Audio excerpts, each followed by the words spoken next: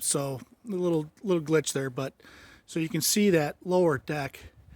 I built that during the COVID pandemic there, and the one summer the lumber was scarce, but we got it done, and that came about because of the raised bed gardens. You know, we started out. I dug out an area for beds that were low to the ground that were kind of hard on mom, and then we got some ones that were standing up on legs, and putting down fabric and putting in stone and whatever. You still got a bunch of weeds, so decided to build this deck and then put the raised beds on top of that, and that didn't work so well because you got to go up a step and to get the soil in and whatever. So this part of the deck was rotting out. These boards right here, right in front of the door, were rotting out pretty good. Like probably most of this part was rotting out.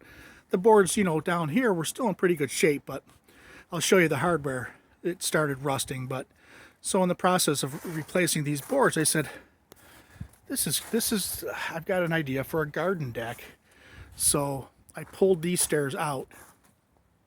You probably remember these stairs here. I pulled them out,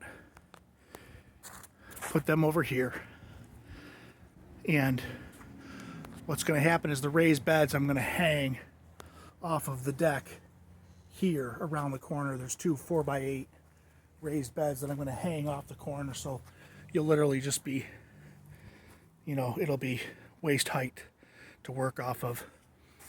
But then I said, okay, took the railing down and I'm creating planter shelves, right? So you can kind of see here, and I created my own gussets. And I've got these shelves that are going to be about 15 inches wide to put any kind of a planter on. So up the stairs, right? Pick your garden, pick your vegetables and whatnot, whatever. You could probably put some planters on the steps, even on that side. The planter boxes there that'll have inserts for plants, herbs, or vegetables. But here's the shelf frame.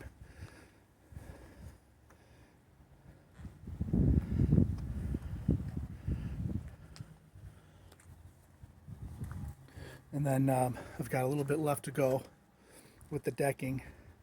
And I'll tell you, the framing is still in really good shape, 33 years later.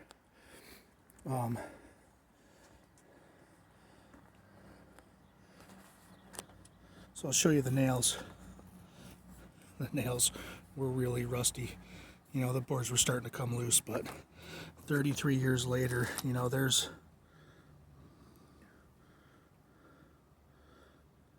I don't know if you can see it, but here's the whole lot of them. They're pretty rusty, lost all sorts of meat. But so yeah, I just finished, today's February 3rd. I'm here finishing this and finish that, and then the shelf, it looks like the boards that I pulled, the undersides are not cut too bad, and I'll be able to save probably $100+ in material. But you can kind of see that this is what I'm going to do. I'm going to cut these pieces that run this way, right, one after the other. I was thinking when I designed it, I was thinking that somehow use of scrap or the boards that I pulled would work. So it'll be 14 inches laid side by side all the way down, and then I'll have a piece of trim that runs along this edge. But so yeah, that's this is the garden deck. But I like to call it the garden deck. It's set up for. But there's the boxes. the planter boxes, built-in planter boxes. And then here, I'll fill that in with vinyl white lattice right there. You know, maybe a chance to, you know, grow whatever there too, vines or, you know, something viney. But anyways, this back porch is, you know, it's all original design, my own design. It just kind of pulls everything together. But here, I'll show you there's the boards there that I pulled today. I've got a bunch in the garage drying out, but I'm pretty sure I'm gonna be able to use them for that shelf and save us some money, you know. But and here they are. I've got room between the nails, you know, for a clean cut for 14 inches. You know, I'll get 3 out. There's a little bit of